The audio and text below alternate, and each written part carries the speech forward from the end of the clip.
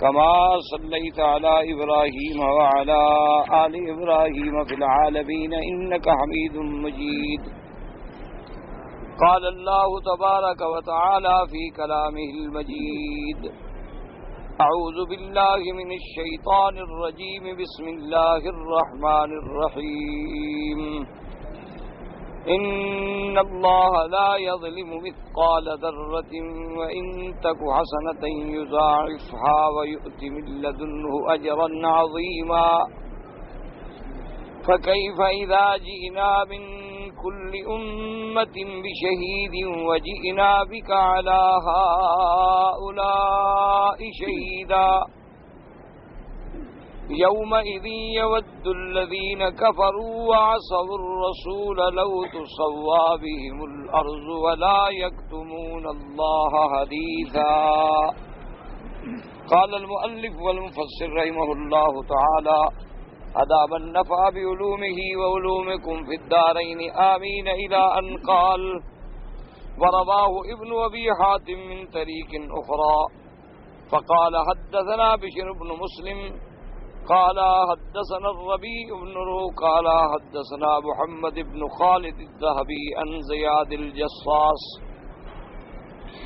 النبي عثمان قال: قلت يا أبا هريرة رضي الله عنه سمعت إخواني بالبصرة يزعمون أنك تقول: سمعت رسول الله صلى الله عليه وسلم يقول: إن الله يجزي بالحسنة ألف ألف حسنة.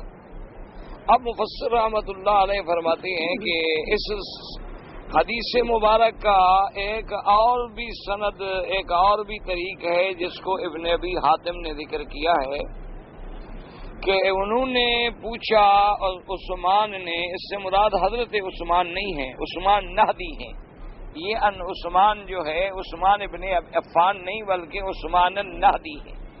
وہ فرماتے ہیں کہ میں نے پوچھا حضرت ابی ہریرہ رضی اللہ تعالیٰ عنہ سے کہ میں نے بصرے میں سنا ہے بعض دوستوں سے، بعض بھائیوں سے کہ وہ یہ کہتے ہیں کہ تم نے یہ حدیث مبارک روایت کی ہے کہ حضور صلی اللہ علیہ وسلم کا ارشاد ہے کہ اللہ تبارک و تعالیٰ ایک حسنہ پر، ایک نیکی پر 1,00,000 گنا بھی ثواب دیتے ہیں۔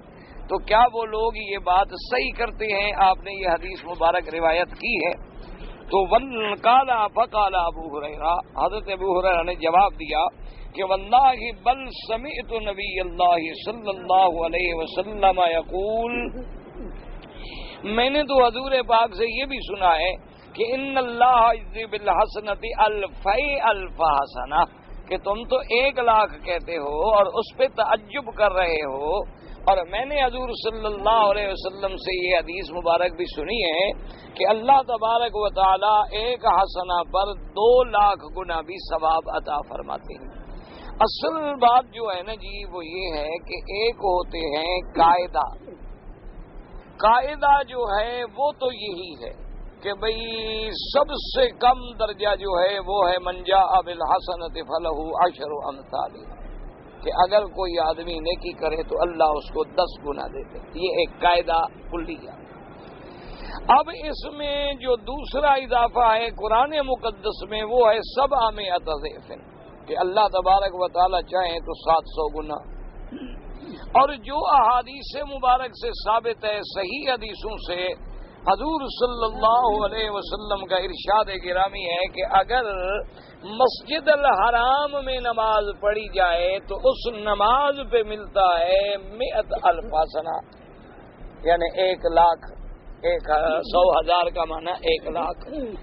کہ اپنا حدیث مبارک میں یہ بھی موجود ہے کہ مسجد نبوی میں یعنی مدینہ منورہ میں، مسجد رسول پاک میں صلی اللہ علیہ وسلم اگر کوئی نماز ادا کرے تو 1,000، اور بعض روایات میں 50,000 ہے، لیکن وہ روایات ضعیف ہیں۔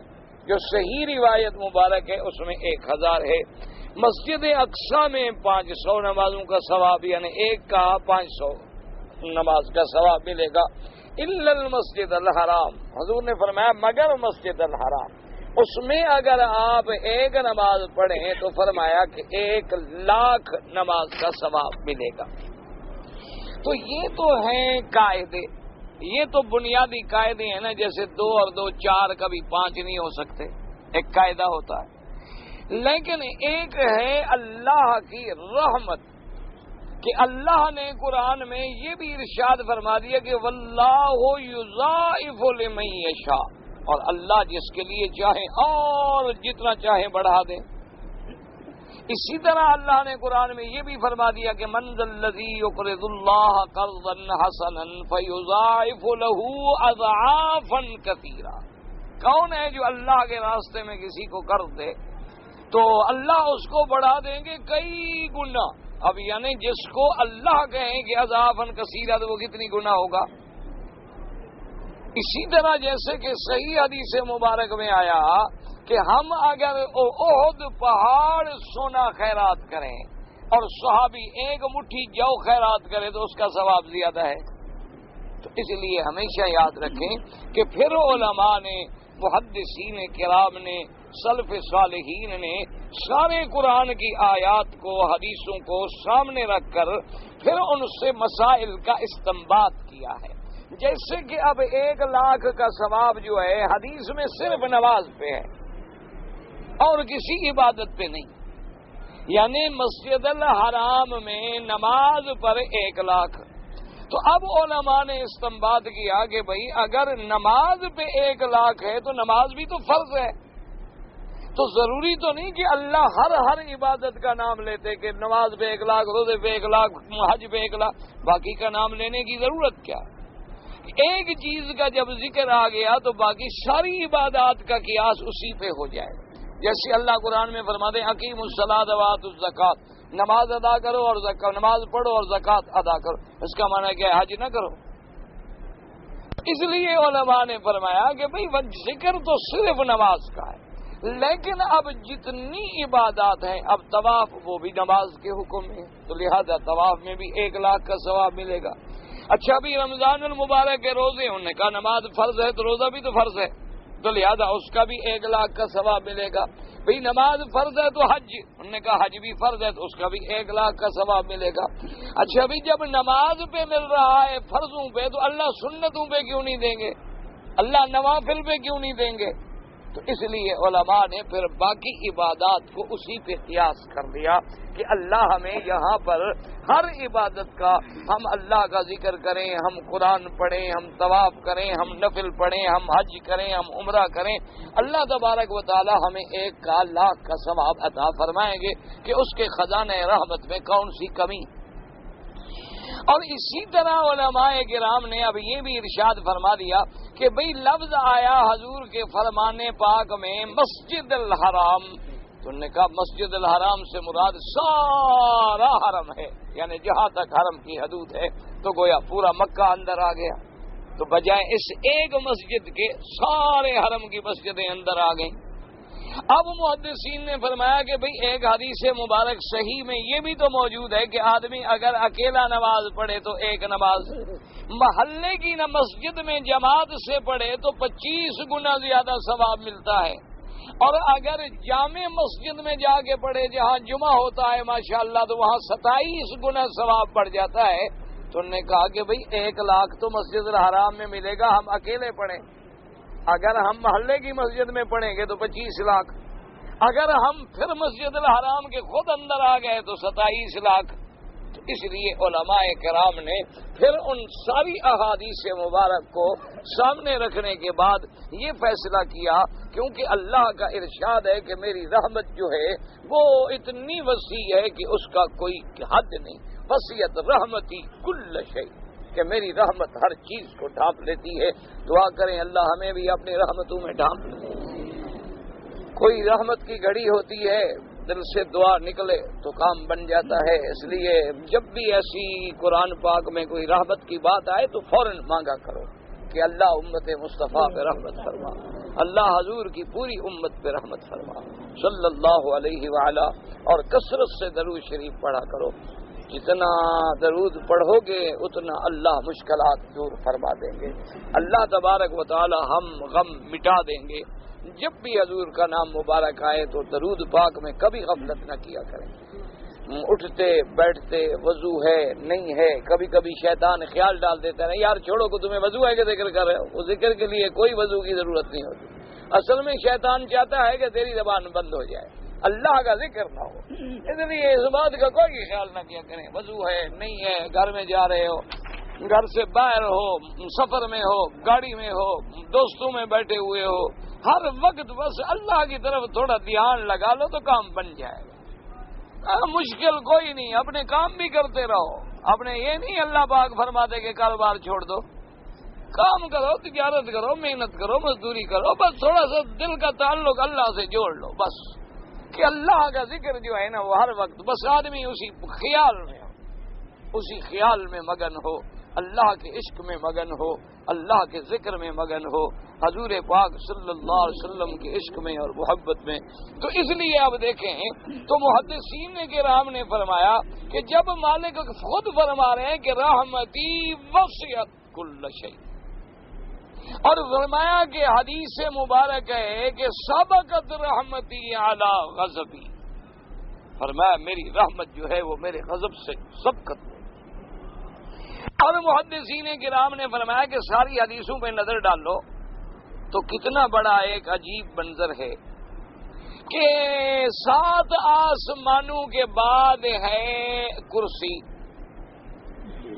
اور اس کے بعد ہے اللہ کا عرش، اور عرش کے نیچے پھر کیا ہے ایک بہت بڑا دریا ہے، اس کے بعد جو ہے عرش ہے.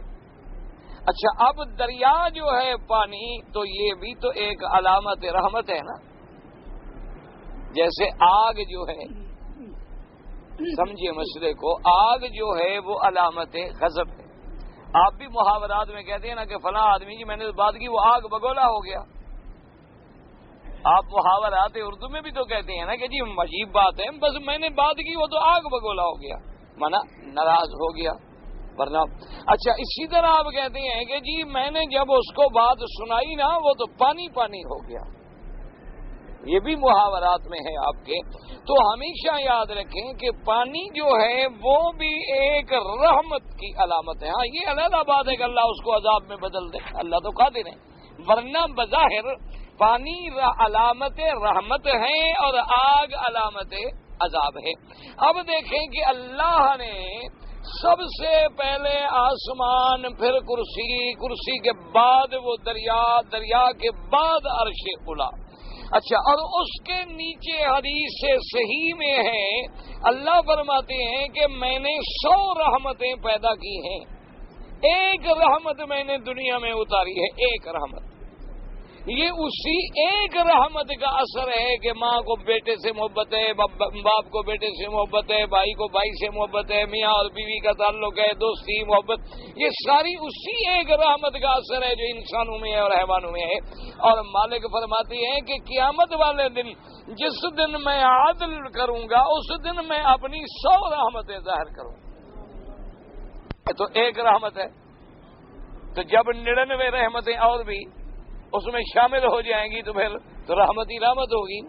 اچھا اس کے بعد وہ 99 رحمتیں اللہ نے عرش کے نیچے چھپا دی ہیں، اور اس کے ساتھ ایک بہت بڑی لو ہے، لو کہتے ہیں تختی کو، اور جس پہ یہ لکھ کے رکھا ہے کہ سبقت رحمتی علی غضبی، کہ میری رحمت جو ہے غضب سے سبقت لے گئی.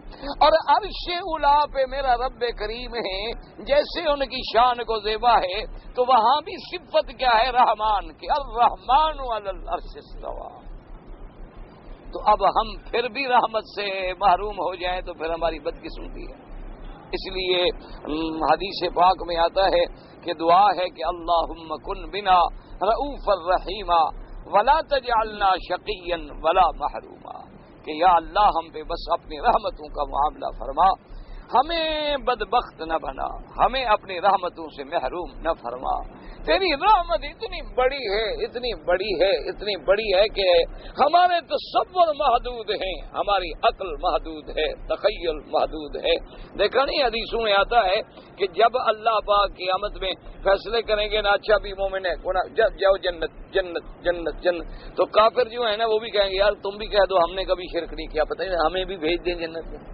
یعنی جب وہ رحمت کی ایسی جھڑی لگی ہوئی دیکھیں گے کہ بھئی جو بھی مسلمان آ رہے ہیں وہ تو سب جنت میں جا رہے ہیں، گناہ شنا سب گئے، جو بھی آ رہا ہے جنت، جو بھی آ رہا ہے جنت، وہ کہیں گے اللہ میاں ہم نے بھی کبھی شرک نہیں کیا، واللہ ربنا ما کنا مشرکین، اللہ میاں ہم بھی قسم کھاتے ہیں ہم نے کبھی شرک نہیں کیا۔ تو بھئی اب تمہاری قسم سے کیا، جھوٹ بولنے سے کیا فائدہ ہو جائے گا؟ اللہ کے آگے بھی کوئی جھوٹ چلتا ہے؟ وجہ کیا ہوگی؟ اسی لیے قرآن کہتے ہیں کہ ربما یود الذین کفروا لو کانوا مسلمین، ایک ایسی رحمت کی گھڑی بھی آئے گی کہ دیکھیں گے کہ کافر بھی تمنا کرنے لگ جائیں گے کہ ہائے ہم بھی مسلمان ہوتے تو آج ہم بھی فائدہ اٹھا لیں۔ لیکن وجہ کیا ہے کہ آخرت میں رحمت جو ہے صرف ایمان والوں کے لیے مخصوص ہے، کافر کے لیے رحمت نہیں۔ اس لیے دنیا میں تو سب کے لیے ہے نا، حیوان کے لیے بھی ہے، انسان کے لیے بھی ہے، اپنے لیے بھی ہے، دوسرے کے لیے بھی ہے، کافر کے لیے بھی ہے، سب کے لیے، سب کو ہر چیز مل رہی ہے۔ لیکن قیامت میں وہ رحمت جو ہے مخصوص ہو جائے۔ تو اس لیے علماء کرام نے بعض حدیث مبارک ضعیف بھی ہیں لیکن چونکہ فضائل اعمال میں ہیں اس لیے محدثین لے لیتے ہیں کہ اللہ تبارک و تعالی چاہے تو 2 لاکھ گنا ثواب عطا فرما دے۔ اور دوسری بات یاد رکھنا کہ عمل جو ہے وہ کمیت پہ ثواب نہیں ملتا، ثواب ملتا ہے کیفیت پہ۔ ایک بات یاد رکھیں ہمیشہ کہ ہر عمل میں ایک ہوتی ہے کمیت اور ایک ہے کیفیت۔ کیا معنی سمجھے کہ ایک آدمی نے تو آج ماشاءاللہ کوئی 10 رکعتیں پڑھی نفل، اب کمیت میں تو یہ بڑھ گیا نا کہ اس نے 10 رکعتیں پڑھی ہیں 5 دگانے، اس کے مقابلے پہ ایک آدمی نے پڑھی ہیں صرف 2 رکعتیں، لیکن اس کی 2 رکعتیں عین سنت کے مطابق تھیں کہ عین پاک صاف دل دماغ سب اللہ کی عبادت میں لگا ہوا تھا، اور پھر قنوت ہے، قیام ہے، اس میں ماشاءاللہ بنا بنا کے قرآن پڑھا اس نے ترتیل کے ساتھ، پھر بڑے آرام سے رکوع کیے، بڑے آرام سے سجدے کیے، دعائیں مانگی اللہ سے، تو اس کی جو کیفیت ہے وہ 2 رکعتیں جو ہیں اس 10 رکعتوں سے بڑھ جاتی۔ اس لیے ہمیشہ یاد رکھا کریں کہ اصل بات ہے عمل کی کیفیت، اور دوسری بات یہ ہوتی ہے کہ عمل کرنے والے کی حیثیت کہ کرنے والا کون ہے۔ اب ایک تہجد تم نے پڑھی ہے، اور ایک تہجد حسن بصری نے پڑھی ہے، اور ایک تہجد بلال نے پڑھی ہے، اور ایک تہجد محمد پاک نے پڑھی ہے صلی اللہ علیہ وسلم۔ ہے تو تہجد، لیکن کون مقابلہ کرے؟ کیسے اس مقام کو، اس کیفیت کو پہنچ سکتا ہے؟ ہم تو سارا قرآن بھی پڑھ جائیں تو ہمیں تو ذرا سی بھی جھڑکی نہیں آتی، اور صحابہ کا تو یہ عالم تھا کہ ایک آیت پڑھی سیدنا عمر نے تو بیمار ہو گئے، 20 دن تک بستر پہ لگ گئے، اٹھ نہیں سکتے تھے اللہ کے ڈر سے کہ آیت عذاب جو آئی تو بس حضرت عمر بیمار۔ سب صحابہ عیادت کرنے کے لیے آ رہے ہیں، اور حضرت عمر کی دیکھا نہیں کہ اسی آیت مبارک جو تم پڑھ رہے ہو، عبداللہ ابن مسعود رضی اللہ تعالیٰ عنہ فرماتی ہیں کہ جب میں نے حضور پہ سورۃ النساء پڑھی تو جب میں پہنچا فَكَيْفَ إِذَا جِئْنَا مِنْ كُلِّ أُمَّةٍ بِشَهِيدٍ وَجِئْنَا بِكَ عَلَىٰ هَٰؤُلَاءِ شَهِيدًا۔ کہتے جب میں اس آیت پہ آیا حضور نے فرمایا بس بس عبداللہ رسول ٹھہر جاؤ۔ حضور کے آنسو بہ رہے تھے اور سینہ مبارک پہ قطرے گر رہے تھے۔ حضور صلی اللہ علیہ وسلم کے سامنے وہ قیامت کا منظر آ گیا کہ وہ کیسا وقت ہوگا جب مجھے شہادت کے لیے بلایا جائے۔ تو اس لیے ہمیشہ یاد رکھا کریں کہ نماز پڑھو تو بنا بنا کے پڑھو، سنوار سنوار کے پڑھو۔ 2 رکعتیں پڑھو، 100 رکعت کے بجائے 2 رکعت پڑھو، لیکن پڑھو بنا کے۔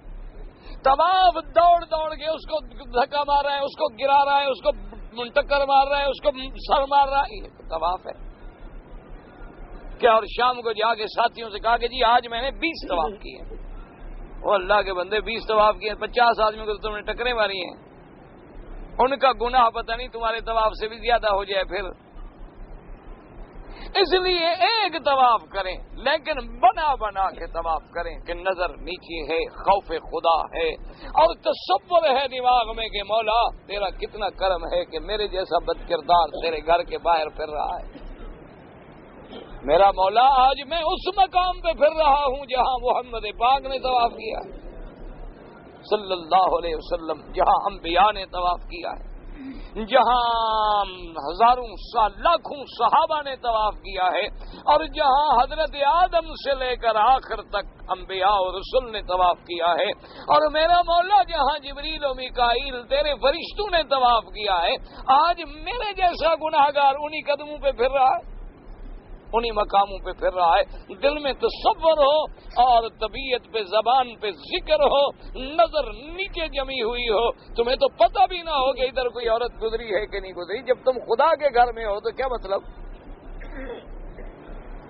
دیکھو نا کہ آدمی ہائی کورٹ کی عدالت میں کھڑا ہو جائے تو سانس اوپر کی اوپر نیچے کی نیچے رہ جاتی ہے کہ بھئی کہیں جج صاحب ناراض ہو گئے تو بات بگڑ جائے گی. کسی افسر کے سامنے پیشی لگ جائے تو پھر دیکھیں یہ جو آپ کے تھانے دار ہوتے ہیں نا چھوٹے چھوٹے فرعون، ان کو جب بڑے افسر کے سامنے دیکھو نا تو کئی تو ایسے ہوتے ہیں کہ پینٹ میں پیشاب نکل جاتے ہیں. یہ باہر آ کے جو بن جاتے ہیں نا ہم غریبوں کے لیے تو پھر فرعون بن جاتے ہیں، کیونکہ ہم آگے جو غریب ہیں ہم تو بے بس لوگ ہوتے ہیں. جب ان کی پیشی لگی ہو نا پھر ان کا حشر دیکھو کہ اندر کیا ہوتا ہے، پسینے پونچھ پونچھ کے باہر نکل پھر آگے گالیاں دے، وہ جتنی کھا کے آتے ہیں نا وہ ساری پھر ہم غریبوں کو دیتے ہیں. انہوں نے بھی پھر اپنا غصہ کسی پہ نکالنا ہوتا ہے نا. تو جب آدمی ایک چھوٹی سی عدالت دنیا کی عدالت کا یہ عالم ہے اور خدا کے کعبے میں آدمی پھر رہا ہو اور اس سے یہ بھی پتہ نہ ہو کہ میں اللہ کے کعبے میں ہوں، تو پھر طواف کا کیا فائدہ؟ کیفیت پیدا کرو کہ تم کس دروازے پہ کھڑے ہو. آدمی ایمان سے کہیں تمہارا اگر ایک افسر دیکھ رہا ہو تو عورت کو دیکھو کہ سوال نہیں پیدا ہوتا. باہر کو یہ ویسے ٹھیک ہو کے بیٹھ جائے گا یار خام کا شک نہ کریں، تو جب جانتے ہو کہ خدا دیکھ رہا ہے پھر بھی طواف میں لوگوں کی عورتوں پہ نظر ڈالو، یہ طواف ہے. اس لیے کیفیت پیدا کرو اپنے عمل میں. آدمی حضور نے فرمایا نماز پڑھو تو ایسے پڑھو کہ کان کا ترا، تم گویا خدا کو دیکھ رہے.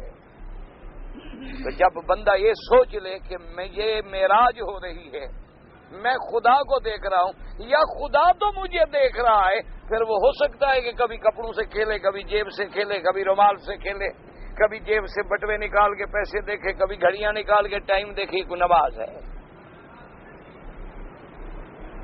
کبھی اور رومال کے پھول بنانے میں کھڑے رہتے ہیں، کبھی ذرا اس کی کریز میں فرق آ گیا ہو، ادھر ادھر ہو گیا ہو، ٹیڑھا ہو گیا ہو، اور پیچھے اس کے پلو برابر ہیں یا نہیں ہیں، اور یہاں جب میں نے ڈالا ہے تو یہاں ذرا اور پھول بنے ہیں کہ نہیں بنے ہیں.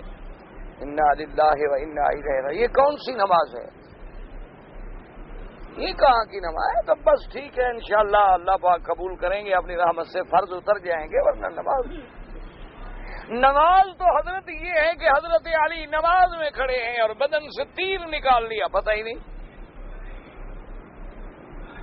یہ ہے نماز کہ جب اللہ اکبر کیا ہے تو بس اب خدا کے خوف میں یہ عالم ہے کہ بدن ایسے ہو گیا کہ جیسے بالکل پانی ہو جائے. جراح سمجھدار تھا، اس نے کہا یہ تیر ایسے نہیں نکلتا، جب نماز پڑھیں گے دیکھا جائے، چپ کر کے نکال لیا، پتہ ہی کوئی نہیں. یہ ہے نماز. نماز سیکھو، خدا کے لیے نماز سیکھو. کئی میرے بزرگ ہیں 70 سال کی عمر ہے، خدا کی قسم ابھی تک سبحانک اللہم و بحمدک کا صحیح نہیں پڑھتے، ابھی تک وہ صحیح ادا نہیں کر سکتے. شرم نہ کیا کرو، میرے بزرگ ہو، تم میرے باپ سے بھی بڑے ہو، کوئی شرم نہ کریں، دین میں کبھی شرم نہ کریں. ایک چھوٹے بچے کو بھی ساتھ بٹھا کے سیکھ لو کہ سبحانک اللہم میں نے کیسے پڑھنا، سبحان ربی الاعلی میں نے کیسے پڑھنا. کوئی شرم نہیں اللہ کے دین میں.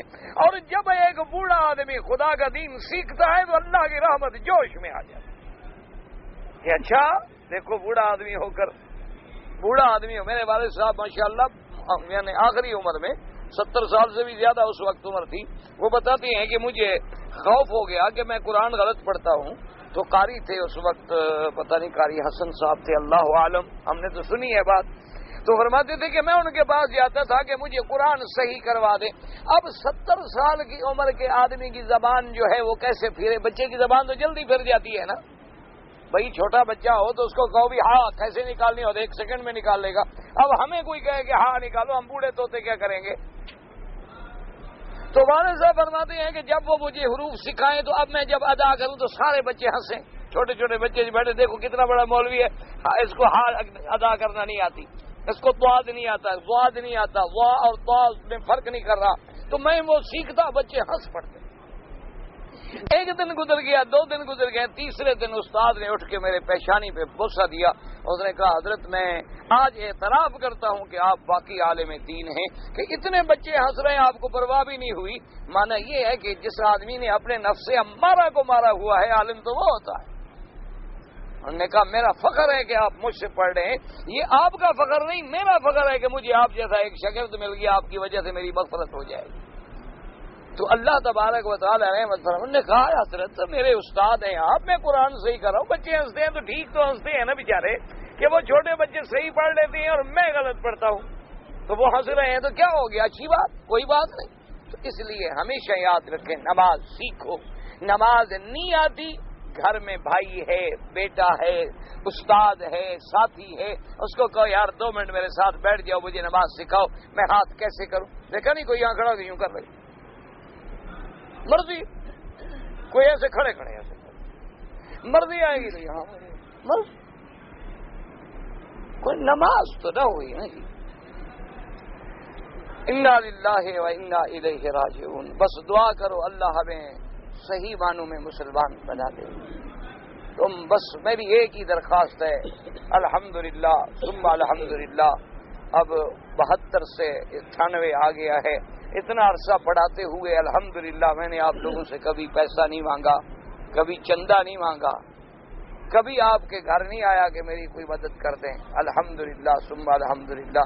ایک ہی درخواست ہے، بس دعا کر دیا بس، اور کوئی میری فرمائش نہیں، کوئی مجھے آپ سے مطالبہ نہیں، نہ مالی، نہ خدمت کا، نہ بدن کا، نہ جان کا، آئیں جی استاد کی خدمت کرو، اللہ کا شکر ہے مجھے تو، میں اللہ کے حرم میں بیٹھا، مجھے ان کے نام نہیں آتے، کعبۃ اللہ میرے سامنے ہے، مجھے ان کسی کا نام نہیں آتا، جو کبھی غرض ہی نہیں، آئیں گے پڑھیں گے الحمدللہ، نہیں پڑھیں گے الحمدللہ، زیادہ آئیں گے الحمدللہ، تھوڑے آئیں گے الحمدللہ، جب غرض ہی نہیں، کچھ لینا ہی نہیں تو پھر نام پوچھنے کی کیا ضرورت ہے؟ جب کسی کے ساتھ تعلق ہی نہیں بنانا تو گھر پوچھنے کی کیا ضرورت ہے؟ جس کا نام نہیں آتا مجھے گھر کیا آئے گا؟ یہ سارا دن میرے ساتھ رہتا ہے، حقیقت مجھے ابھی بھی اس کا نام نہیں آتا، مجھے ابھی بھی اس کا نام نہیں آتا، حالانکہ کئی دن بیچارہ رات کو کتابیں پہنچ جاتا ہے، خدمت کرتے اللہ جزائے خیر دے، میں کئی دفعہ روکتا ہوں، کبھی سبزی لے آیا، کبھی مچھلی، او اللہ کے بندے تمہاری تو اپنی روٹی نہیں ہے یار، تم خام کے لیے کیوں ایسے مسئلے کرتے ہو؟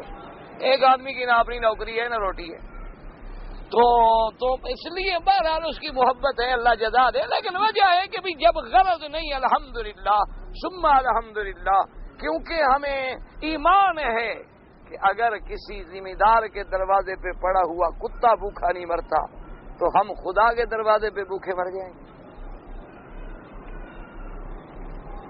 پھر تو ہم جیسا ذلیل ہی کوئی نہ ہوا کہ ہم خدا کے دروازے پہ پڑے ہوں، قرآن پڑھائیں اور امید رکھیں کہ یہ میری مدد کریں گے، پھر تو ہماری توحید یہیں ختم ہو گئی، بس انا للہ و انا الیہ راجعون، لوگوں کو بس سارا دن توحید سکھاتے ہیں نا۔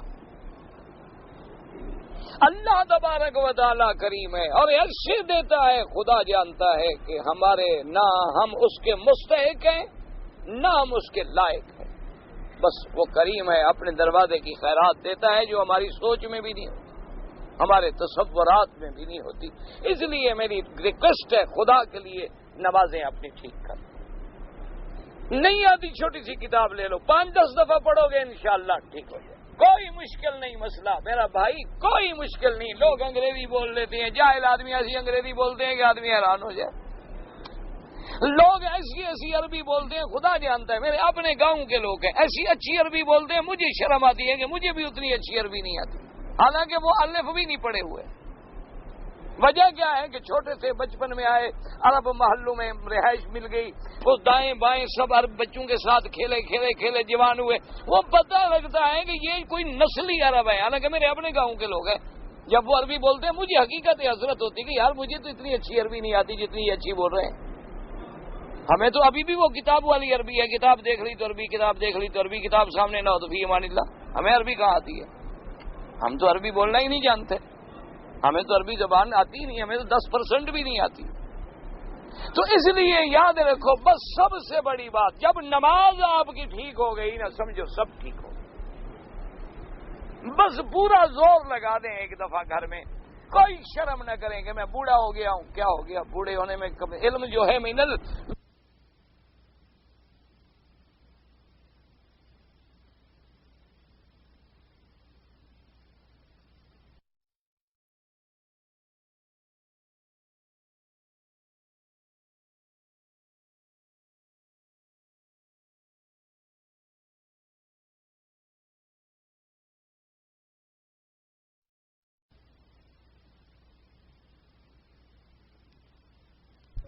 یعنی جھولے سے، اس پنگوڑے سے لے کر قبر تک سیکھا جاتا ہے، علم ختم نہیں ہوتا۔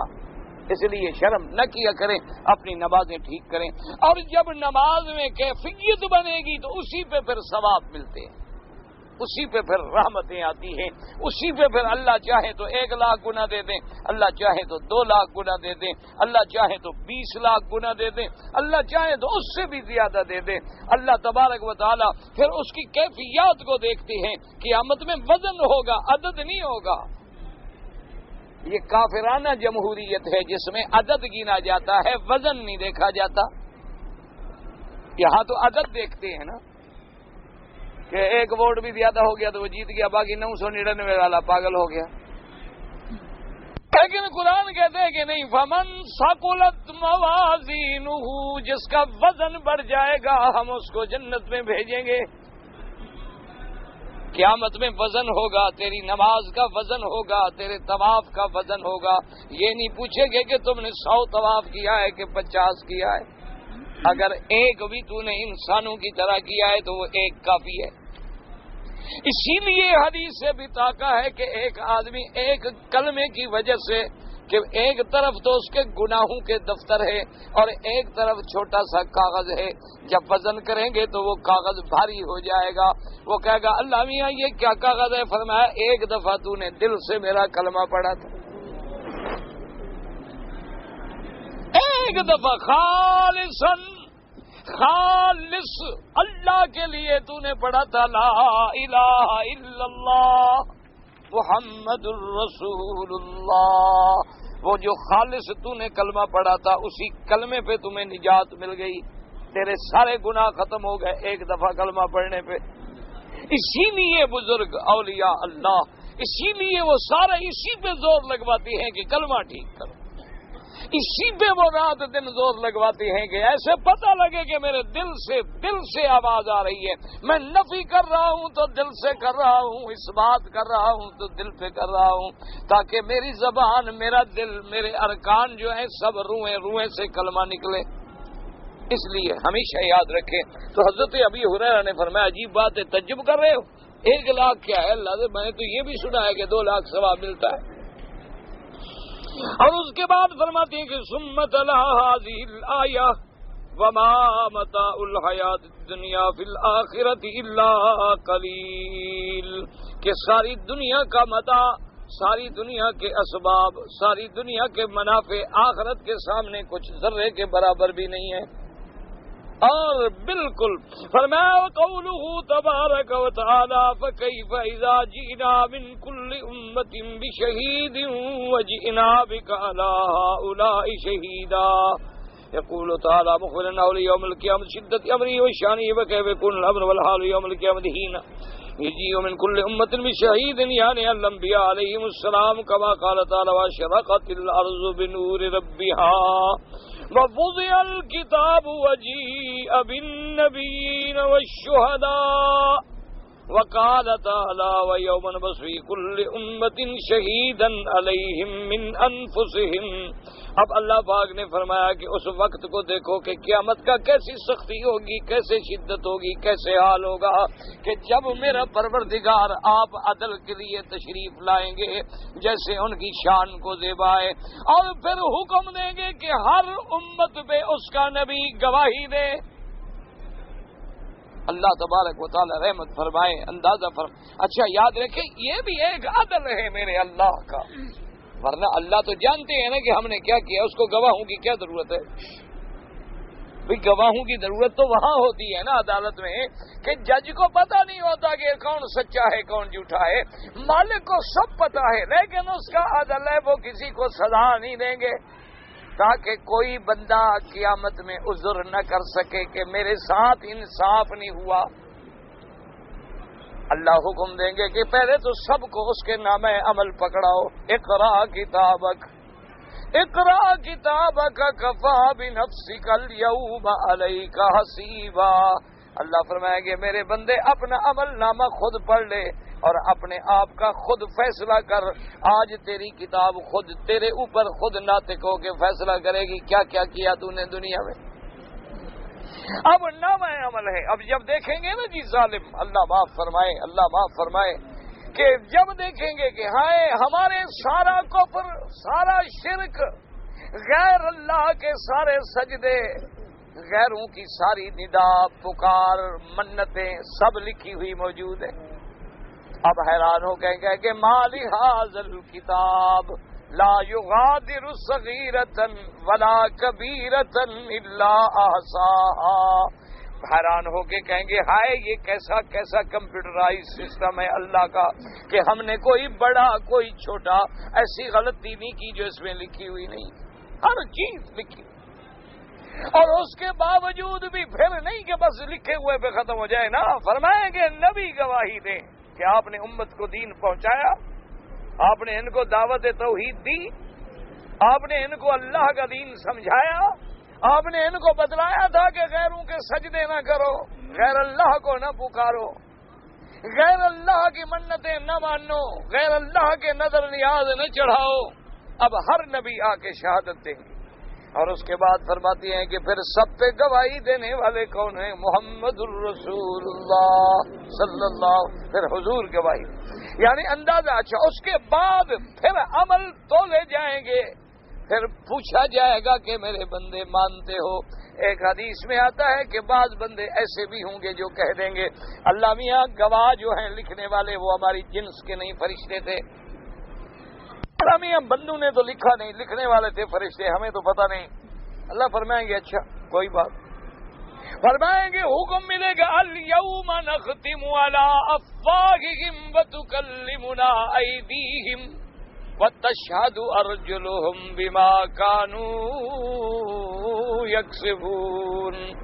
اللہ فرمائیں گے فرشتے اس کی زبان پہ مہر لگا دو، زبان بند. اللہ فرمائیں گے ہاتھوں کو حکم دیں گے کہ بولو تم نے کتنی عورتوں کو ہاتھ لگائے تھے. پاؤں کو حکم دیں گے بولو کہاں کہاں پھرے تھے رات کو لوگوں کی گلیوں میں.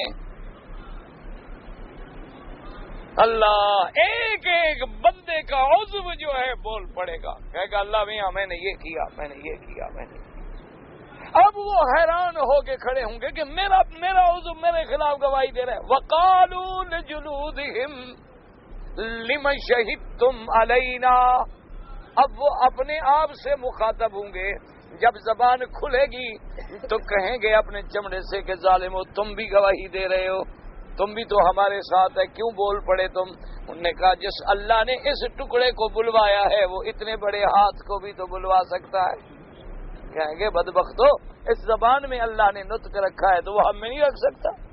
اب اللہ فرمائیں گے بتاؤ، اب بتاؤ کوئی عذر باقی ہے؟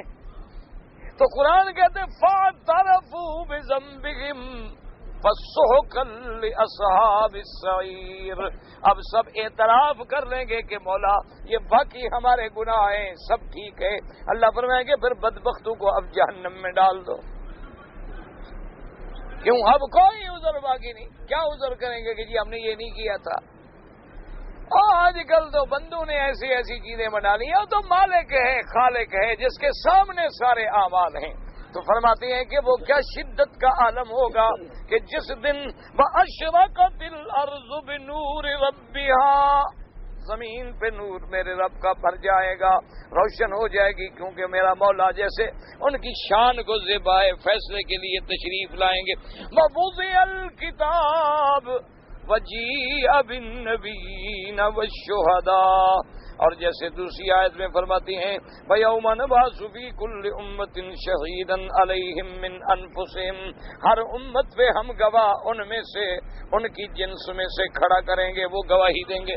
وقال البخاری رحمہ اللہ تعالی حدثنا محمد بن یوسف قال حدثنا سفیان نام بن ابراہیم بن عبید عن عبد اللہ بن مسعود رضی اللہ تعالی عنہ قال قال لی رسول اللہ صلی اللہ علیہ وسلم اقرأ علی فقلت یا رسول اللہ صلی اللہ اقرأ علیک وعلیک انزل قال نعم انی احب ان اسمعه من غیری فقرأت سورة النساء حتى أتيت إلى هذه الآية فكيف إذا جئنا من كل أمة بشهيد وجئنا بك على هؤلاء شهيدا وقال حسبك الآن فإذا أيناه تظرفان ورواه هو ومسلم أيضا من حديث الأعمش به وقد روى من طرق متعددة عن مسعود ومقتون به عنه ورواه أحمد بن طريق أبي حيان بن يزيد عنه۔ امام بخاری رحمۃ اللہ علیہ فرماتے ہیں کہ سند کے ساتھ آتا ہے کہ حضرت عبداللہ ابن مسعود رضی اللہ تعالیٰ عنہ کہتی ہیں کہ مجھے حضور پاک نے سرکار مدینہ صلی اللہ علیہ وسلم، اللہ کے کروڑوں صلاۃ و سلام، حضور پاک صلی اللہ علیہ وسلم نے فرمایا کہ عبداللہ ابن مسعود اقرأ علیہ، قرآن سناؤ مجھے۔ تو حضرت عبداللہ ابن مسعود کہتے ہیں میں نے عرض کیا اقرأ علیک اقرأ علیک وعلیک انزل یا رسول اللہ صلی اللہ علیہ وسلم، انہوں نے کہا میں نے عرض کیا کہ حضور میں آپ کو قرآن سناؤں، آپ پہ قرآن اترا، آپ تو خود قرآن والے ہیں، اللہ کے نبی ہیں، قرآن تو آپ پہ اترا، آپ صاحب قرآن ہیں، تو آپ کو میں کیسے سناؤں؟ حضور نے فرمایا انی احب ان اسمعه من غیری، آپ نے فرمایا میں محبوب رکھتا ہوں کہ میں بھی اللہ کا قرآن کسی دوسرے سے سنوں، کہ میں خود تو پڑھتا ہوں نا، کسی دوسرے سے بھی تو سنوں نا۔ یہ ہے قرآن سے محبت، قرآن سے تعلق، قرآن سے عشق۔ تو حضرت عبداللہ ابن مسعود رضی اللہ تعالیٰ عنہ فرماتی ہیں کہ پھر میں نے حضور پاک پہ سورۃ النساء پڑھنی شروع کی۔ کتنے خوش نصیب ہیں وہ صحابہ جن کی زبان سے قرآن ہو اور حضور خود سنے۔ ایک دفعہ حدیث مبارک میں آتا ہے حضور صلی اللہ علیہ وسلم رات کو مسجد شریف میں، مسجد نبی میں گزر رہے تھے، تو ابی موسیٰ اشعری رضی اللہ تعالیٰ عنہ کھڑے ہیں تہجد میں قرآن پڑھ رہے ہیں۔ حضور نے جب سنا تو آپ رک گئے، قرآن سنتے رہے سنتے رہے سنتے رہے۔ جب صبح ہوئی تو آپ نے بلایا اپنے صحابی کو، آپ نے فرمایا ماشاء اللہ قد اوتیت من مزامیر آل داؤد من مزمار آل داؤد او کما قال، آپ نے فرمایا میرے صحابی تمہیں بھی اللہ نے ایسی آواز دی ہے جیسے داؤد علیہ السلام کو آواز دی تھی، حضرت داؤد پیغمبر کو بھی آواز دی تھی، قرآن پڑھتے تھے پرندے رک جاتے تھے، یعنی جب اپنی کتاب پڑھتے تھے زبور تو اڑتے ہوئے پرندے رک جاتے تھے، دریاؤں کی موجیں تھم جاتی تھیں، جن و انس رک جاتے تھے، اللہ نے ایسا آواز میں اثر دیا تھا۔ آپ نے فرمایا میرے صحابی تمہیں بھی معلوم ہوتا ہے اللہ نے اس سے کوئی حصہ دیا ہے، بھئی تیری آواز میں رات میں نے قرآن سنا تو بڑا لطف آیا۔ اس نے کہا حضور مجھے تو پتہ ہی نہیں تھا کہ آپ سن رہے ہیں، اگر مجھے پتہ ہوتا حبر تو ہوتا، میں تو پھر بنا بنا کے پڑھتا نا، میں تو حضور ویسے اپنے شوق میں تہجد پڑھ رہا تھا، مجھے کیا پتا کہ آج میں خوش نصیب ہوں کہ میرا قرآن میرا نبی سن رہا ہے۔ اگر حضور مجھے پتہ لگ جاتا کہ آپ سن رہے ہیں تو پھر میں تو بنا کے پڑھتا قرآن۔ اس لیے حکم ہے کہ قرآن بنا بنا کے پڑھو، رتل القرآن ترتیلا، قرآن کو جتنا اللہ نے تمہیں اچھا آواز دیا ہے اس کے ساتھ ادا کرو تاکہ قرآن دوسرے کے دلوں میں اتر جائے۔ اللہ تبارک و تعالیٰ نے قرآن میں تاثیر رکھی ہے، قرآن میں ایک اثر رکھا ہے، قرآن میں ایک ایسی نعمت رکھی ہے اللہ نے۔ ابھی کل میں پڑھ رہا تھا، ہمارے حالانکہ وہ ہمارے تعلق والے بھی ہیں، ایک بزرگ ہیں تبلیغی جماعت سے ان کا تعلق ہے، دیکھو انا للہ، ابھی میرے دماغ سے نام نکل گیا، خیر اللہ کی حکمت ہوگی ان کا نام لینے میں نہ لینے میں۔ تو انہوں نے اب وہ فرانس کے کسی ملک میں ہیں یا پتہ نہیں کس جگہ ہے، جاپان میں ہے، کس جگہ ہے، تو بالکل وہ سیدھے سادے، ویسے تو عالم ہیں، بڑے سادہ بڑے فقیر آدمی ہیں، تو انہوں نے اپنا دین کی اسلام کی تبلیغ کا ایک طریقہ رکھا ہوا ہے، ایک 4 صفحے کا پمفلٹ چھاپا ہوا ہے جس میں اسلام کی موٹی موٹی باتیں لکھی ہوئی ہیں، اور جب ان کو کوئی ملتا ہے، کوئی سندھو، کوئی سکھ، کوئی کافر، کوئی بدھ مت، کوئی سدھ مت، جب ان کو ملتا ہے وہ آتا ہے کہ جی آپ کیا کہتے ہیں، وہ کہتا ہے میں ساری باتیں بتاؤں گا، پہلے ایک دفعہ کلمہ پڑھ۔ وہ کہتا ہے جی ہم مسلمان تھوڑے ہیں، وہ کہتے ہیں میں تمہیں کوئی اسلام سکھا رہا ہوں، تمہیں کلمہ شریف اس لیے تو نہیں پڑھا رہا کہ بس تم کلمہ پڑھو مسلمان ہو جاؤ، پہلے ایک دفعہ ویسے کلمہ دوہرا لو، آخر قرآن جو میں تمہیں دوں گا قرآن پڑھو گے نا الحمدللہ رب العالمین، تو الحمدللہ رب العالمین پڑھنے سے مسلمان تھوڑا ہو جاتے، کئی کافر پڑھتے ہیں، تو ایک دفعہ جناب وہ ان کو کلمہ شریف پڑھاتے ہیں کہ ایک دفعہ بہت پڑھ لا الہ الا اللہ رسول اللہ، جب وہ ایک دفعہ پڑھ لیتا ہے پھر اس کو وہ اپنی پمفلٹ دے دیتے ہیں کہ یہ کتاب ہے، یہ گھر جا کے اب پڑھو۔ تو انہوں نے لکھا ہے، کل میں نے پڑھا باقاعدہ اخبار میں، اور لکھنے والے جو ہیں بہت بڑے عالم ہیں، یعنی ہو ہی نہیں سکتا کہ انہوں نے غلط لکھا ہو، انہوں نے لکھا کہ ان کی وجہ سے الحمدللہ الحمدللہ سینکڑوں لوگ مسلمان ہیں۔ ایک یونیورسٹی کے پروفیسر آئے، ان کو جو ملے تو ان کو بھی کہا بھی ایک دفعہ کلمہ پڑھ لو پھر میری کتاب پڑھو۔ انہوں نے کہا جی میں تو کافر ہوں حضرت آپ کے مذہب میں۔ انہوں نے کہا میں نے آپ سے یہ تو نہیں کہا مسلمان ہو جاؤ، میں نے صرف یہ کہا ہے میرا ایک دین سمجھانے کا، بات کرنے کا طریقہ ہے، تو ایک دفعہ کلمہ شریف پڑھ لو، یہ کتاب لے جاؤ پڑھو، تمہاری مرضی ہو تو مسلمان ہو جانا، نہ ہو تو نہ ہونا۔ وہ جناب لے گیا، چند دن کے بعد وہ آ گیا اس پروفیسر صاحب نے کہا جی مجھے تو کلمہ پڑھواؤ، میں تو مسلمان ہو گیا۔ وہ مسلمان ہو گئے، تو چند دن کے بعد انہوں نے فون کیا انہیں کہ اس وقت میں نے اپنی یونیورسٹی کے کئی پروفیسروں کو اکٹھا کیا ہوا ہے، آپ تشریف لے ان کو بھی دین کی بات سمجھائیں۔ تو وہ بیچارے ڈھونڈتے ڈھونڈتے وہاں پہنچ گئے، تو مولوی آدمی نا بیچارے اب ٹیکسی کے پیسے ہوں تو جائے نا غریب، ادھر ادھر ڈھونڈتا ڈھونڈتا جا کے خیر پہنچ گیا۔ جب وہاں پہنچا ان کو بھی کلمہ پڑھایا، وہ بھی مسلمان ہو گئے، کئی استاد پروفیسر یونیورسٹیوں کے مسلمان ہو گئے۔ تو مولوی صاحب کہتے ہیں میں نے ان سے پوچھا اللہ کے بندے یہ کیوں؟ تو انہوں نے کہا کہ میرا ایمان ہے کہ اللہ کا کلمہ جو ہے یہ نور ہے، ایک دفعہ آدمی سچے دل سے ویسے جھوٹے دل سے پڑھے کچھ نہ کچھ روشنی اندر جانی شروع ہو جاتی ہے۔ انہوں نے کہا میں کہتا ہوں چلو یہ جھوٹے دل سے بھی پڑھے، کیسے پڑھے؟ ایک دفعہ روشنی میں آئے تو صحیح نا، روشنی میں آئے گا تو نظر آئے گا نا اس کو کہ حق کیا ہے اور باطل کیا ہے۔ تو انہوں نے کہا کہ صرف وہ کافر ہے، جھوٹا کلمہ پڑھ رہا ہے، یعنی صرف نقل کر رہا ہے، اس نقل کا بھی اللہ ایک اثر ڈال دیتے ہیں۔ اللہ کے کلمے کا اتنا بڑا اثر ہے، اس لیے کہ کلمے سے اصلاح ہوتی ہے اور قرآن سے اصلاح ہوتی ہے۔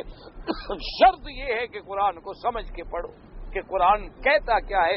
یہ ہماری بدقسمتی ہے کہ ہم نے قرآن رکھا ہے تویز لکھنے کے لیے، ہم نے قرآن کو رکھا ہے مردے بخشوانے کے لیے۔ جس نے ساری زندگی قرآن نہیں پڑھا، مولوی کو 50 روپے دے دو بس 10 دفعہ قرآن پھیڑ کے بخشوا دیتا ہے، خود چاہے نہ بخشا جائے اس کو بخشوا دیتا ہے۔ انا للہ و انا الیہ راجعون۔ اور یاد رکھو یہ کوئی فائدہ شیدہ نہیں ہوتا، صدقے اسقاط ہیلے، قرآن چادروں پہ رکھ کے نیچے سے گزارو، نیچے سے گزرنے سے کیا ہو جائے گا؟ گدھا پر جو 200 قرآن لاد دو تو گدھا بندہ بن جائے گا؟ کیا خیال ہے آپ کا؟ وہ بندہ بن جائے گا؟ گدھا گدھا ہی رہتا ہے۔ اسی لیے بزرگوں نے لکھا ہے نا کہ خرے عیسیٰ اگر بمکہ رود ہنوز خر باشد، کہ عیسیٰ علیہ السلام کے گدھے کو جو مکے میں بھیج دو، 10 سال مکے میں رہے، واپس آئے گا گدھا گدھا ہی رہے گا، بندہ نہیں بنتا ہو۔ اسی لیے قرآن نے کہا کہ مثل الذین حملوا التوراۃ ثم لم يحملوها کمثل الحمار يحمل اسفارا۔ اللہ نے فرمایا جن لوگوں کو ہم نے تورات کا علم دیا تھا انہوں نے عمل نہ کیا، ان کی مثال ایسے ہے جیسے کسی گدھے پہ کتابیں لاد دو۔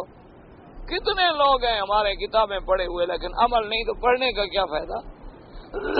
کتنے لوگ ہیں جنہوں نے قرآن پڑھا ہے، عمل نہیں تو سمجھو نہیں پڑھا۔ اب دیکھیں یہ ہے قرآن کہ عبداللہ ابن مسعود فرماتے ہیں کہ جب میں نے پڑھنا شروع کیا اور میں جب اس آیت پہ پہنچا فَكَيْفَ إِذَا جِئْنَا مِنْ كُلِّ أُمَّةٍ بِشَهِيدٍ وَجِئْنَا بِكَ عَلَىٰ علی ہؤلاء شہیدا فقال حسبک الآن، حضور نے فرمایا بس کر بس کر بس کافی ہے. وعیناہ تذرفان، حضور کی دونوں آنکھیں جو تھیں وہ آنسو چھم چھم کر کے بہا رہی تھیں. حضور صلی اللہ علیہ وسلم کے آنسو بہ رہے تھے اور آپ کے سامنے وہ قیامت کا منظر، وہ قیامت کی شدت اور وہ قیامت میں گواہی کا دینا، تو یہ ساری چیزیں جب سامنے آ گئی تو اللہ کے نبی نے بھی آنسو بہائے. اللہ سے دعا کریں اللہ ہماری دنیا آخرت قیامت سب آسان فرما دے اور سب کے لیے اللہ تبارک و تعالی مشکلات جو ہیں وہ دور فرما دے. چلو ایک حدیث اور پڑھ لیتے ہیں، اتنی میں سوال کم ہے تو ٹھیک ہے. وقال ابن ابي حاتم حدثنا ابو بكر بن الدنيا قال حدثنا السلط بن مسعود الجهدري قال حدثنا فضيل بن سليمان قال حدثنا يونس بن محمد بن فضالة الانصاري النبي قال وكان ابي ممن صاحب النبي صلى الله عليه وسلم ان النبي صلى الله عليه وسلم اتاهم في بني ظفر فجلس على الصخرة التي في بني ظفر اليوم وما هو ابن مسعود ومعاذ بن جبل وناس من اصحابه رضوان الله عليهم فأمر النبي صلى الله عليه وسلم قارئا فقرأ حتى أتى هذه الآية فكيف إذا جئنا من كل أمة بشهيد وجئنا بك على هؤلاء شهيدا فبقى رسول الله صلى الله عليه وسلم ضرب الحياء وجنبه وقال يا رب هذا شهدت على من أنا بين أظهرهم فكيف بمن لم أره. اب جناب سری سے پاک میں آتا ہے حضرت یونس ابن محمد ابن فضالت الانصاری جو ہیں فرماتی ہیں اپنے باپ سے روایت کرتی ہیں اور وہ فرماتی ہیں میرے باپ ان لوگوں میں ہیں جن کو حضور پاک کی صحبت نصیب ہوئی، یعنی میرے ابا صحابی ہیں. تو صحابی جو ہے اس کا اتنا بڑا مقام ہے کہ اس کا نام بھی نہ معلوم ہو تب بھی سند میں کچھ نہیں، کیونکہ اللہ کے نبی کے تمام صحابہ عادل ہیں، تمام صحابہ صادق ہیں اور تمام صحابہ پہ اللہ راضی ہے رضی اللہ عنہم ورضوا عنہ، اور تمام صحابہ سے اللہ تبارک و تعالی نے جنت کا وعدہ کیا ہے. تو فرماتی ہیں کہ میرے ابا بھی صحابی ہیں. وہ کہتی ہیں کہ حضور پاک آقا انعامدار صلی اللہ علیہ وسلم بنی ظفر میں قبیلہ ہے تشریف لے آئے اور آپ کے ساتھ جب آپ آئے تو حضرت عبداللہ ابن مسعود بھی تھے، معاذ ابن جبل بھی تھے اور صحابہ بھی تھے رضوان اللہ علیہم اجمعین. اور کہتی ہیں کہ فجلس علی الصخرۃ، صحابی کہتا ہے کہ یہ جو پتھر اب بھی پڑا ہوا موجود ہے بنی ظفر میں، اسی پتھر پہ آ کے حضور بیٹھے تھے. یہ علامت اس لیے بتائی جاتی ہے کہ بھئی مجھے بالکل من و ان واقعہ یاد ہے، حضور کا بیٹھنا بھی یاد ہے، وہ جگہ بھی یاد ہے. اسی لیے ایک بی بی فرماتی ہیں کہ جب حضور صفا مروہ دوڑ رہے تھے میں دیکھ رہی تھی کہ آپ کی چادر جو ہے وہ پاؤں کے ارد گرد یوں منڈلا رہی ہے، تیز تیز چلے نا آدمی تو چادر. مقصد ہوتا ہے کہ وہ منظر بھی مجھے یاد ہے، وہ گھڑی بھی مجھے یاد ہے، وہ جگہ بھی یاد ہے، اس لیے میری بات میں کوئی شبہ نہیں. تو فرماتی ہیں کہ اسی پتھر پہ بیٹھے فَأَمَرَ قَارِئًا، حضور پاک نے فرمایا کہ قرآن پڑھیں، یہاں نام نہیں لیا. بس پہلی سند میں یہ تھا کہ حضرت عبداللہ ابن مسعود فرماتے ہیں کہ مجھے حکم دیا. اس میں بھی یہ ہے کہ عبداللہ ابن مسعود تو ساتھ ہیں لیکن یہ صحابی نے نام لے لیا. فَأَمَرَ قَارِئًا، آپ نے حکم دیا قاری کو کہ قرآن پڑھے، تو اس نے قرآن پڑھنا شروع کیا. صحابی کہتی ہیں کہ جب اس نے سورۃ النساء کی یہ آیت مبارک پڑھی وَكَيْفَ إِذَا جِئْنَا مِنْ كُلِّ أُمَّةٍ بِشَهِيدٍ وَجِئْنَا بِكَ عَلَىٰ هَٰؤُلَاءِ شَهِيدًا، تو کہتے ہیں حضور پاک رونے لگے حتیٰ کہ آپ کے دونوں رخساروں کے اور دونوں طرف کے آنسو گرتے گرتے گرتے دونوں طرف گرنے لگ گئے. اور اس کے بعد حضور نے فرمایا میرا اللہ میری زندگی میں جو کچھ لوگوں نے کیا ان کو تو میں جان کے گواہی دوں گا، لیکن جن کو میں نے دیکھا بھی نہیں، جو امت میرے بعد آئی ہے مجھے ان کے، لیکن اللہ سب کا علم حضور کو دیں گے تو حضور گواہی عطا فرمائیں گے. جیسے حضور کی امت گواہی دے گی، جب ان سے پوچھا جائے گا کہ آپ کیسے گواہی دیتی ہیں، آپ تو موجود ہی نہیں تھے، وہ کہیں گے کہ ہمیں حضور پاک نے خبر دی ہے. جب ہمارا نبی سچا تو ان کا فرمان بھی سچا، ان کے فرمان کے مطابق ہم گواہی دے رہے ہیں. اور بعض علماء فرماتی ہیں کہ حضور صرف اپنی زندگی میں ہونے والے اعمال کی گواہی دیں گے، اور بعض علماء نے فرمایا کہ پوری امت کے اعمال جو ہیں وہ حضور پہ پیش ہوتے ہیں، ان کے مطابق قیامت میں حضور صلی اللہ علیہ وسلم گواہی دیں گے. دعا کریں کہ اللہ پاک ہمیں شفاعت نصیب فرمائے اور اللہ تبارک و تعالی ہمیں حضور کی محبت نصیب فرمائے۔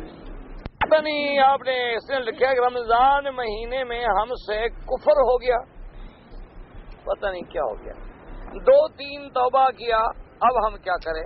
کچھ نہ کرے، جب توبہ کیا تو بات ختم ہو گیا۔ بھئی پہلے تو مجھے پتہ نہیں کہ تم نے کیا کیا۔ اچھا، بہرحال جو بھی تم نے کیا ہے تو توبہ کا دروازہ کھلا ہے، توبہ کا دروازہ بند نہیں ہے۔ اور توبہ کا معنی یہ ہوتا ہے کہ اس گناہ کو چھوڑے، نادم ہو اور پھر وعدہ کرے کہ میں آئندہ یہ گناہ کبھی نہیں کروں گا۔ یہ ہے توبہ۔ صرف یہ نہیں کہ توبہ توبہ کرتا رہے اور عمل بھی کرتا رہے، وہ کچھ نہیں ہوتا۔ اگر تم نے سچے دل سے توبہ کی ہے، کفر سے کر لو، شرک سے کر لو، گناہوں سے کر لو، اللہ کے دروازے کھلے، توبہ منظور ہو جاتی ہے۔ اور توبہ کے بعد یاد رکھو گناہ مٹ جاتا ہے، اللہ معاف کر دیتے ہیں۔ جب اللہ کا فیصلہ ہے، حضرت پاک صلی اللہ علیہ وسلم کی حدیث ہے کہ التائب من الذنب کمن لا ذنب لہ، کہ گناہ سے توبہ کرنے والا ایسے ہو جاتا ہے کہ جیسے اس نے گناہ کیا ہی نہیں۔ تو پھر تم یقین کرو اللہ کی رحمت پہ، پھر بار بار کہنے کی کیا ضرورت ہے؟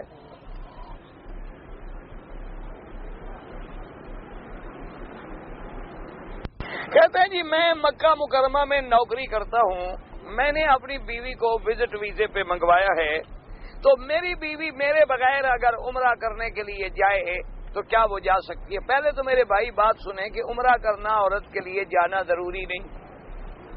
جب وہ مکے میں آ گئی، اپنے ملک سے آ کے عمرہ کر لیا، اب مکے میں رہتے ہوئے اس کو عمرے کرنے کی ضرورت ہی نہیں۔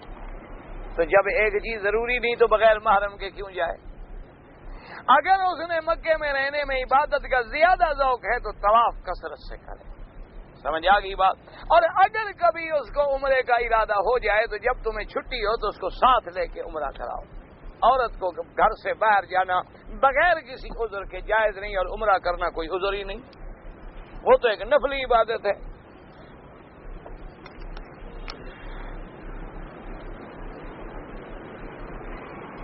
میں بال اتروانے سے پہلے غلطی کر کے احرام اتار دیا۔ بھائی احرام جو اتار دیا لیکن پھر بال کٹائے، اگر تھوڑی دیر کے بعد یاد آ گیا بال کٹوا لیے، کوئی جرمانہ نہیں آپ پر، کوئی غلطی نہیں، کچھ نہیں۔ آخر بال کٹوائیں گے تو ہاں، اگر تم نے کپڑے پہن لیے پھر بھی تم نے اتار کے بال کٹوا لیے، پھر بھی کوئی جرمانہ نہیں۔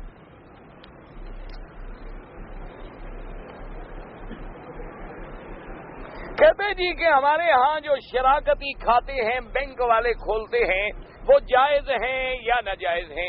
بھائی پہلے تو مجھے پتہ ہی نہیں، سچی بات جو ہے کہ ہر بینک کے اپنے رولز ہوتے ہیں، اپنے بائی لاز ہوتے ہیں، لیکن ہم نے جو سنا ہے اللہ عالم کہ وہ بھی بالکل سود ہے۔ فرق اتنا ہے کہ اندر شراب ڈال کے اوپر لکھ دیا شراب الصالحین، یہ نیک لوگوں کی شراب ہے، اندر وہی شراب ہے، وہی فکس پرسنٹ دیتے ہیں، کوئی نفع نقصان نہیں۔ شراکتی کھاتے کا معنی یہ ہوتا ہے، یاد رکھو کہ بینک کو ہم سے پیسے لے، مثلا 2 لاکھ ہم نے دیا، 100 کروڑ بن گیا، تو اب بینک اس کو کسی تجارت میں ڈالے اور ہمیں بتلائے کہ میں نے تمہارے یہ پیسے فلاں تجارت میں ڈالے ہیں اور سال کے بعد یہ نفع ہوا، اتنا تمہارا اتنا ہمارا، یہ ہے حلال۔ یہ نہیں ہے کہ ہم سے لے لے، ہمیں تو دے دیا 10% سود اور اس نے جمع کرا دیا 15% والے کو، کسی بینک میں جمع کرا دیا، وہاں سے 15% لے لیا، 5 اپنے لیے رکھ لیا، 10 ہمیں دے دیا، جی نفع نقصان کا کھاتا ہے۔ یہ کون سا نفع نقصان کا کھاتا ہے؟ یہ تو جھوٹ ہے، فریب ہے، فراڈ ہے، اللہ کے ساتھ دھوکا۔ اور یاد رکھیں کہ دعا کرو اللہ ہر مسلمان ملک کو سود کی لعنت سے بچائے۔ ایک کعبۃ اللہ میں میری بات لکھ کے رکھ لیں، جب تک اسلامی ملک جو ہیں سود کو نہیں چھوڑیں گے کبھی قرضے سے نہیں نکلیں گے۔ ایک بات یاد رکھیں، یہ ڈرتے ہیں نا جی آج ہم نے سود حرام ہو گیا، ہم نے باہر والوں کو دینا ہے، ہم نے اس کو دینا ہے، ہم نے اس کو دینا ہے، ہم نے اس کو دینا ہے، وہ تم مر جاؤ تو پھر کیا ہو جائے گا؟ وہ عقل کی بات کرو۔ تم اللہ ناراض ہو جائے تو فکر کوئی نہیں، بندے ناراض ہو جائیں گے۔ جب اللہ راضی ہو جائے گا تو بندوں کی کیا طاقت ہے؟ وہ چاہے تو تمہیں زمین سے سونا دے دے اسی وقت کہ سارے قرضے اٹھا کے منہ پہ مارو کہ یہ لو دفعہ ہو۔ سب سے بڑی بات یہ ہے کہ اللہ کو راضی کرو. جب تک اللہ کو راضی نہیں کرو گے نہ بندے راضی ہوں گے نہ آرام ملے گا. ساری زندگی اسی طرح قرضے لیتے رہیں گے, سود چڑھتے رہیں گے, ہم کماتے رہیں گے, وہ ظالم بیٹھ کے کھاتے رہیں گے, قرضہ بھی باقی, صرف سود ہم بھرتے رہیں گے. کہتے ہیں 3 اگر نماز میں آ جاتی, پتہ نہیں کیا, مجھے تو نہیں پتا آپ نے لکھا کیا ہے. جب پتہ ہی نہیں تو کیا کروں میں. طواف کے دوران رک کر ہم تقریر سنیں نہیں, آپ طواف کریں, طواف پورا کر کے سنیں, طواف میں نہ رکیں. طواف جو ہے وہ ایک مستقل عبادت ہے, اس کو پورا کریں. نماز